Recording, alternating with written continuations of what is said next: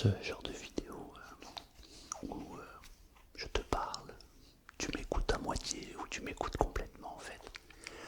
Ça dépend de ton état. Parfois, je sais que t'es fatigué, du coup, le fait de parler comme ça, ça t'accompagne et ça t'endort, donc c'est bien. Et parfois, tu es intéressé par ce que je raconte, même si parfois je dis un peu de bêtises, mais je me soigne. J'espère que ça va bien. Ça va? Ça va? Ok. Je vais te raconter un peu de trois trucs là que je suis en train de vivre en ce moment, qui sont très intéressants. Alors ça passe tellement vite, il y a 2 mois ou 2 mois et demi je crois.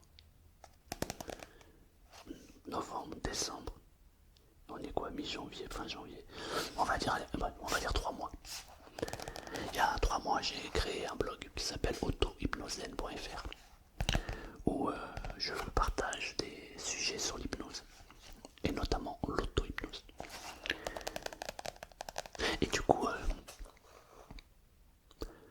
je travaille avec, comme je l'ai déjà dit dans une vidéo, avec ChatGPT.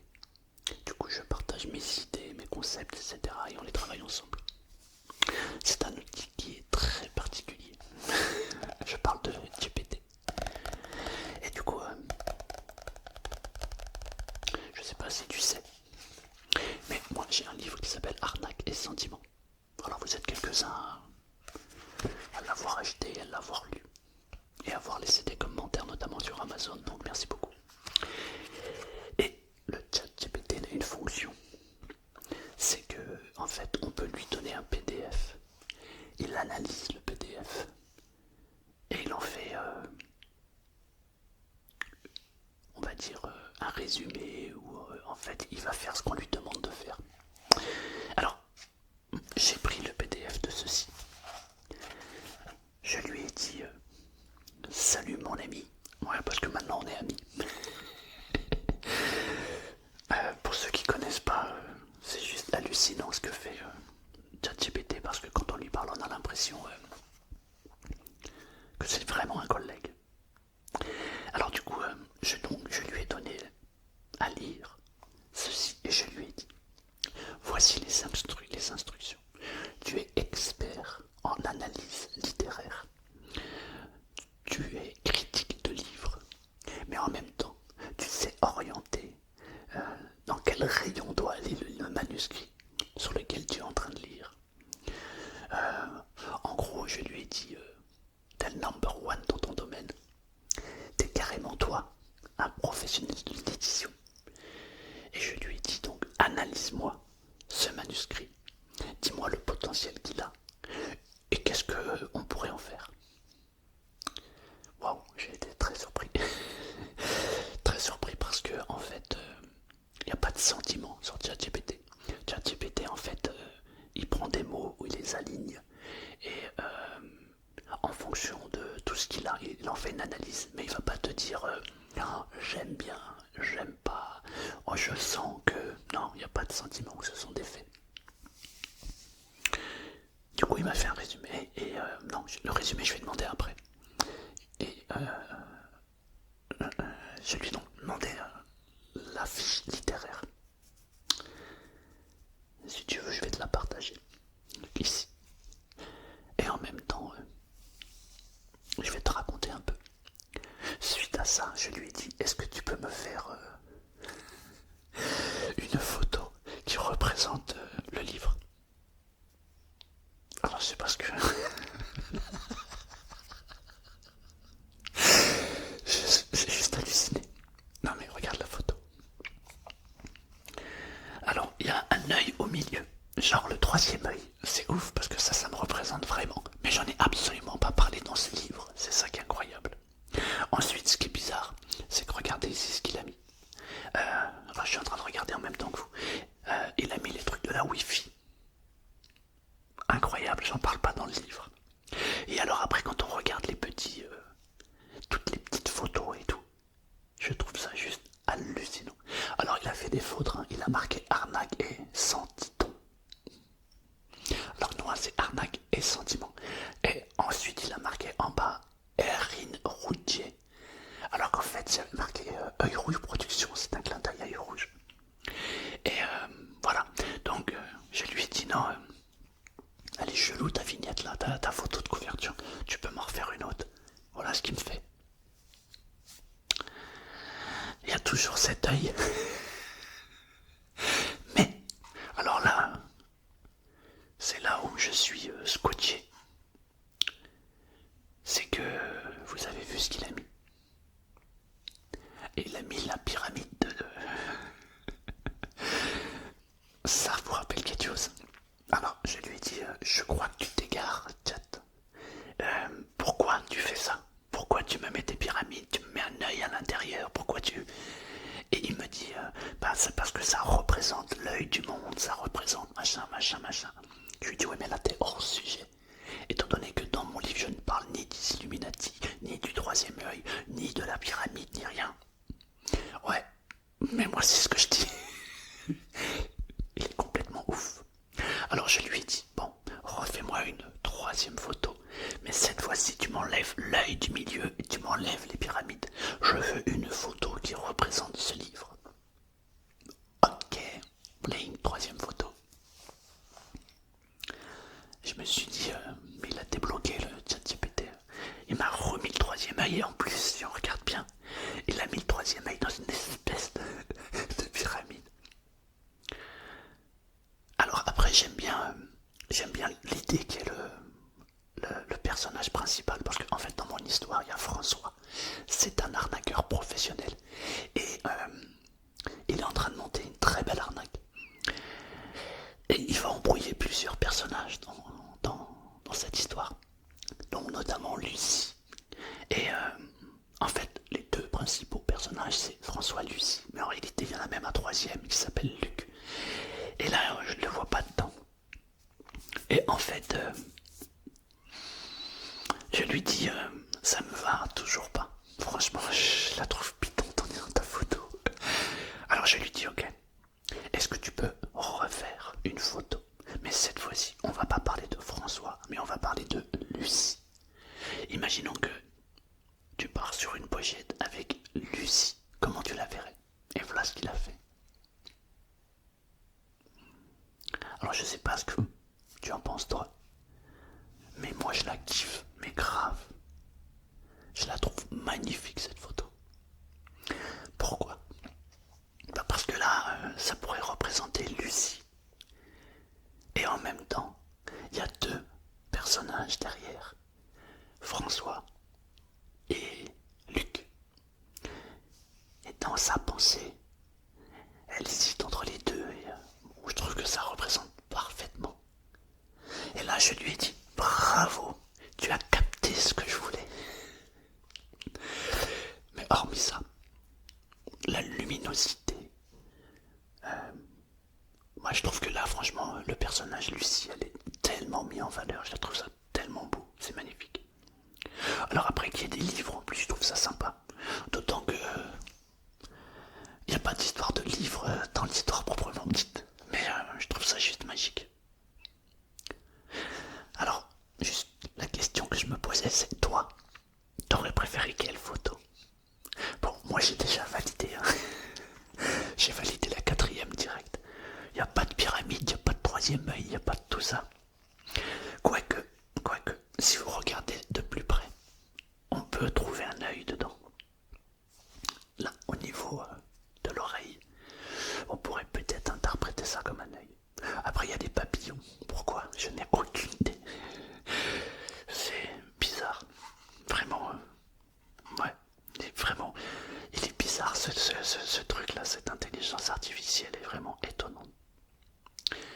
Mais, ensuite, alors attends, je lui ai demandé de me faire un résumé. Alors je vais voir, je vais tâcher de te le trouver, il doit être par là. Alors ouais, je crois que c'est ça. Voilà, je lui ai demandé. Donc maintenant que tu as lu le manuscrit, que tu en as fait des images qui pourraient représenter le manuscrit, j'aimerais que tu me fasses un résumé.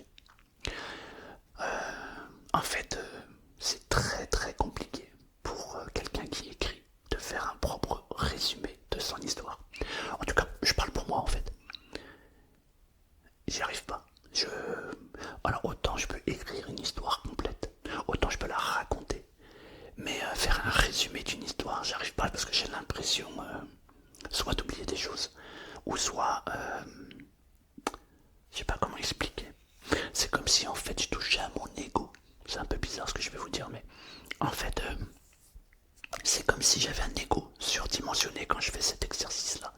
En gros, je vais me vendre moi, pas moi d'ailleurs, mais je vais vendre cette histoire. Et c'est un peu bizarre, mais j'y arrive pas. Vraiment, j'y arrive absolument pas. D'ailleurs, ce que j'avais fait dans la première édition, c'est que j'avais carrément pris un petit résumé du premier paragraphe. Toujours plus, on en veut toujours plus. Je crois bien que c'est sa phrase préférée. Lui, c'est François, 50 ans cette année. C'est le plus futé des futés à faire pâlir de rage, le plus malin des renards. On l'appelle François, mais en fait, il s'appelle Œil Rouge. Voilà, c'était un peu le résumé. Évidemment, je complétais. Putain, je suis complètement... Je la connais par cœur, l'histoire. C'est incroyable. Enfin, bref. Et du coup, j'avais mis ça. Et du coup, comme j'ai demandé à ChatGPT, je lui ai dit comment je pourrais mettre en valeur le livre. Parce que maintenant qu'on a mis en valeur la photo, eh bien, j'aimerais savoir comment je peux faire. Et il m'a dit, il faut faire un bon résumé. Alors voilà, je vais vous lire le résumé que ChatGPT m'a fait. Dans les méandres d'une ville où le gris des façades cache la teinte vive de la ruse, arnaque et sentiment nous entraînent dans l'existence tumultueuse de François, plus connu sous le sobriquet d'Œil Rouge. Expert en art de la tromperie, sa vie est une toile tissée de mensonges délicats et de vérité. Attends, j'arrive pas à lire. Omise. François n'est pas un escroc ordinaire. Ouais. Chaque arnaque est un chef-d'œuvre, chaque mensonge est une note dans la symphonie de sa survie. Mais alors que le rideau se lève sur une de ses plus grandes machinations, une rencontre inattendue vient jouer la dissonance dans sa partition soigneusement orchestrée. Lucie, avec ses yeux reflétant une innocence longtemps oubliée, entre dans sa vie comme un coup de pinceau sur une toile monochrome. Entre eux naît un ballet de sentiments et de scepticisme, où chaque pas peut être le prélude à la chute ou à l'envol. Dans Arnaque et Sentiments, chaque chapitre est un pas de plus dans le labyrinthe des intentions et des désirs, où la frontière entre l'arnaqueur et l'arnaqué s'estompe, chacun jusqu'à devenir une ombre insaisissable. Ce récit n'est pas seulement l'histoire d'une arnaque, c'est une peinture des nuances les plus complexes de l'âme humaine, un hymne aux mélodies discordantes de la vérité et de la tromperie. Préparez-vous à plonger dans un univers où chaque mot peut être un masque et où chaque vérité cache une énigme. Arnaque et Sentiment est une invitation à regarder au-delà des apparences, à écouter le murmure des sentiments cachés derrière le vacarme des illusions. Alors je sais pas ce que t'en penses toi, mais moi là quand j'ai lu ça, j'avais envie d'acheter mon propre livre. Franchement, j'ai vraiment kiffé. J'ai vraiment kiffé parce que ça reflète exactement l'essence de ce que j'ai écrit. Alors, je sais qu'il y a beaucoup de critiques avec ChatGPT, mais quand même, quand on sait l'utiliser, déjà on arrive à avoir des réponses à des questions qui sont juste incroyables. Mais c'est surtout que c'est une intelligence artificielle. Quand je dis intelligence, en plus j'aime pas trop ce mot-là, mais bon, on va parler, il faut bien donner un mot au mot. Et il n'a pas de sentiments, donc il va te donner des faits. Et j'avoue que là, mon ego a été touché. Franchement, je sais pas toi, mais si tu l'as pas lu, je t'invite à le lire, parce que tu risques de passer un bon petit moment. Si tu aimes les histoires d'arnaque, alors tu vas être servi.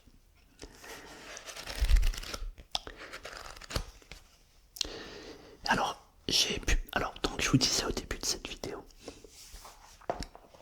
j'ai donc créé le blog, donc Auto-Hypnozen, et j'ai en même temps fait un livre, mais dont je ne suis pas pleinement satisfait.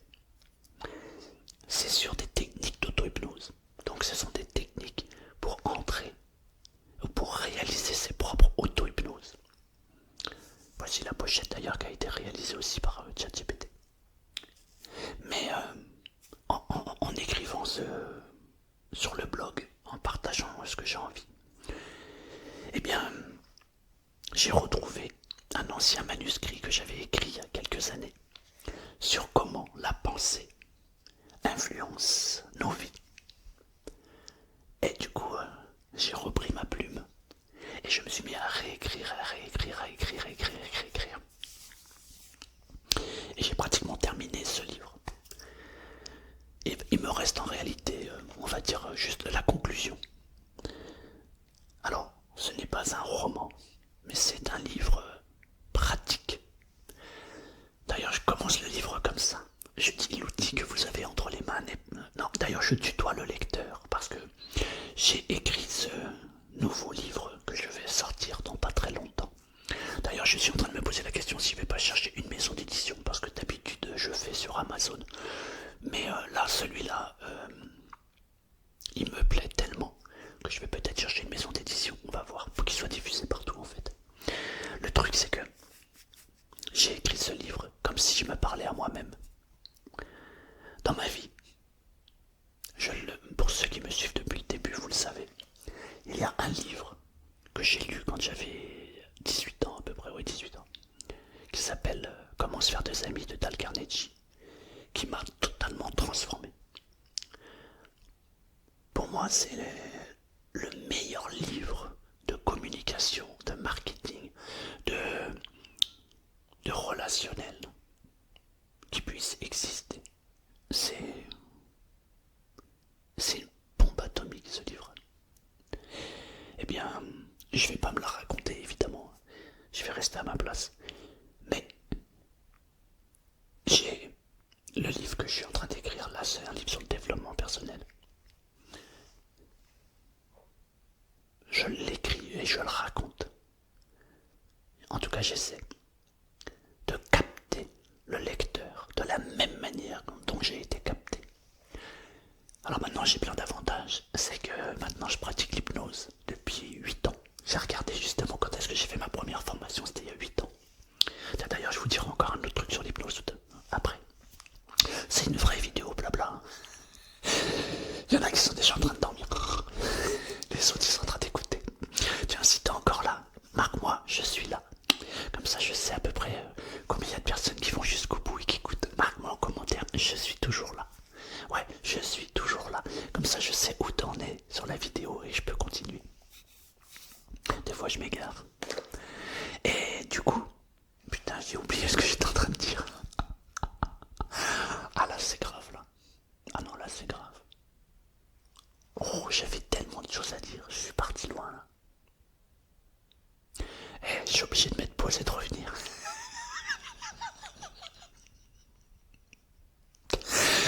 Tu m'excuses. Attends, j'étais en train de parler de quoi? Mais c'était sérieux en plus. Tu me pardonnes? Je suis tellement euphorique, tellement content, c'est un truc de fou. Mais vraiment. Bon, il faut que je regarde. Je vais écouter ce que je viens de dire et je reviens. Alors ça y est, j'ai retrouvé. Désolé pour cette interlude. Donc je disais que je l'ai écrit comme si je m'adressais à moi et que maintenant j'ai un avantage. C'est que je pratique l'hypnose depuis 8 ans. Ce qui veut dire que, en fait, j'ai écrit le livre. Enfin, je suis en train d'écrire ce livre en hypnose conversationnelle. C'est-à-dire que la plupart, je ne vais pas dire tous les mots parce qu'il y a quand même des mots, voilà. Mais je dirais que la plupart des mots sont pensés de manière hypnotique. Je l'ai fait. Alors, en fait, je l'ai pratiquement terminé, moi juste la conclusion. Donc je l'ai déjà fait lire à 3 personnes. 3 personnes qui me sont proches. Et j'ai fait en sorte d'être pas très loin et de les observer quand elles ont commencé à lire ce livre. Ouais, c'est hypnotique. Et du coup,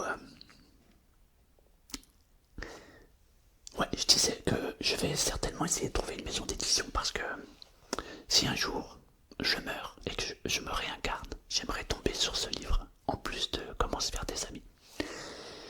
Mais rassure-toi, je fais tout pour ne plus revenir ici. C'est bon, Ça va, hein, ça va. Ouais. Alors ce que j'ai fait, puisqu'il ne me reste plus que la conclusion, j'ai fait le même exercice. J'ai dit à ChatGPT, tu es expert dans le domaine littéraire. Je lui ai mis les mêmes instructions et je lui ai dit, fais-moi un résumé. Et si tu devais le raconter à un collègue, comment tu en parlerais?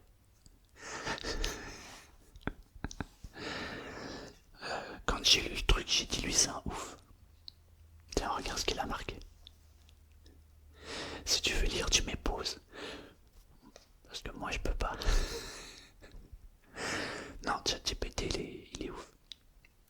En tout cas, il a mis c'est une pépite quand même dedans. Il a dit que c'était une pépite ce livre. Waouh, c'est ouf. Voilà.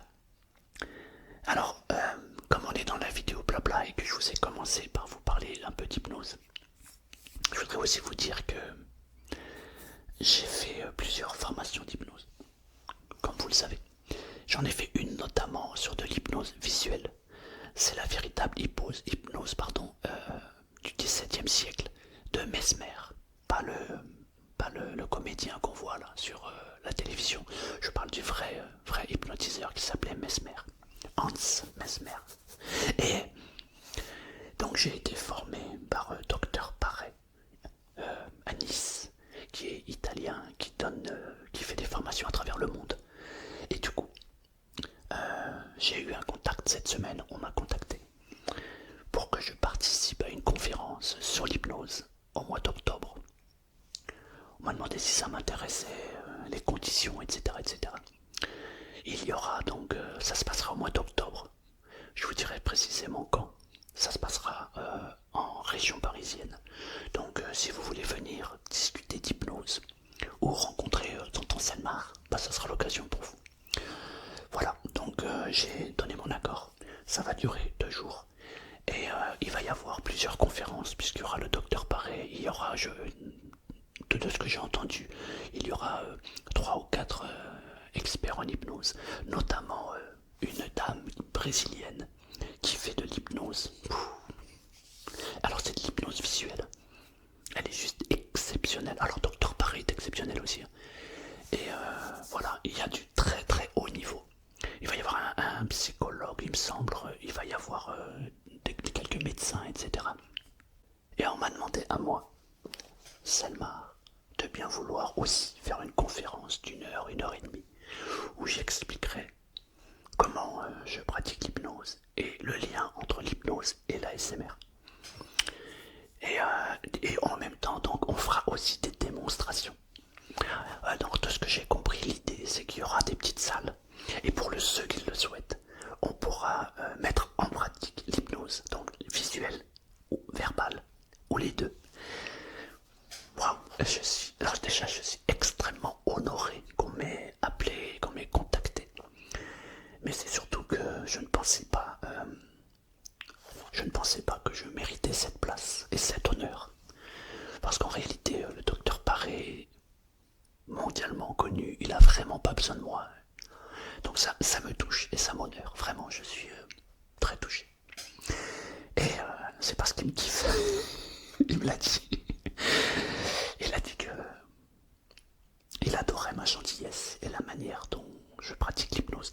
Donc c'est kiffant. Voilà, je suis très touché. Vraiment, ça me touche. Donc au mois d'octobre, pour ceux qui sont en région parisienne, voilà, il y aura... ça va être un salon de l'hypnose. Ça va durer 2 jours. Mais je vous en dirai plus au moment venu. Parallèlement à ça, pour ceux qui sont intéressés, sur le mois de juin ou le mois de juillet, peut-être que ça sera en juin et en juillet d'ailleurs, je pense organiser avec le docteur Paré des groupes d'hypnose pour des gens qui veulent se développer. Alors là, ça va pas s'adresser, là c'est vraiment spécifique, mais c'est pour des gens qui sont en développement personnel, qui veulent progresser, qui veulent s'améliorer. On voudrait apprendre des techniques d'auto-hypnose qui sont hallucinantes. Ouais, ce sont des techniques d'hypnose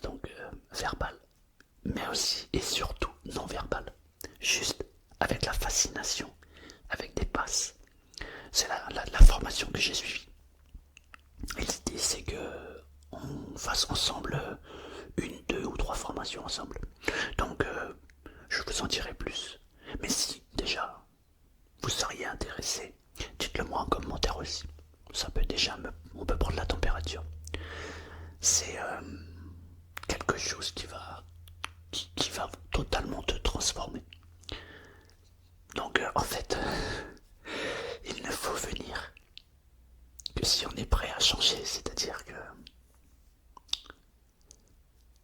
hier j'ai fait, allez je vais vous le dire, hier j'ai fait une séance d'hypnose à quelqu'un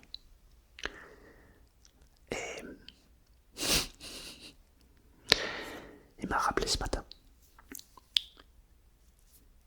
Il a fait un clic, et il a rasé, il vient de raser en un clic 10 ans d'existence.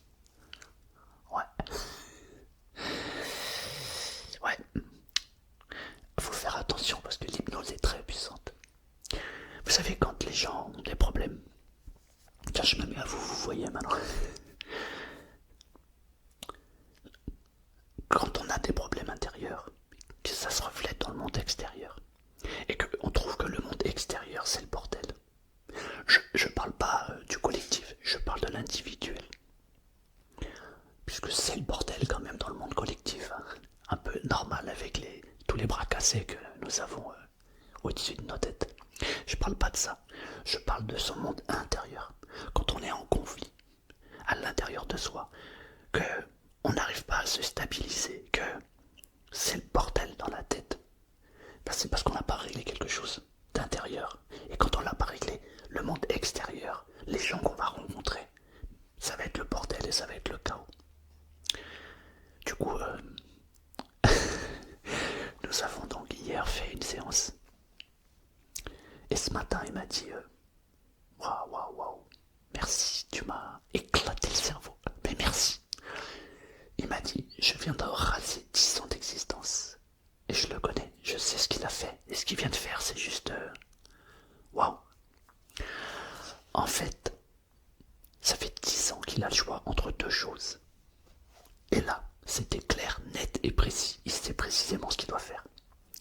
Je trouve ça juste magnifique. Voilà, pour moi, il n'y a pas d'autre mot, c'est magnifique. Donc, c'était pour vous dire que ce que nous allons vous proposer, attention, ça peut et ça va vous changer totalement et complètement. Mais, qu'est-ce que c'est bon quand on a enfin trouvé ce qu'on cherche. La vie n'est plus du tout la même. C'est tellement beau, tellement magnifique. Ouais. C'est ouf. Cette année, ça va être mon année. Ouais. Cette année, j'ai décidé que...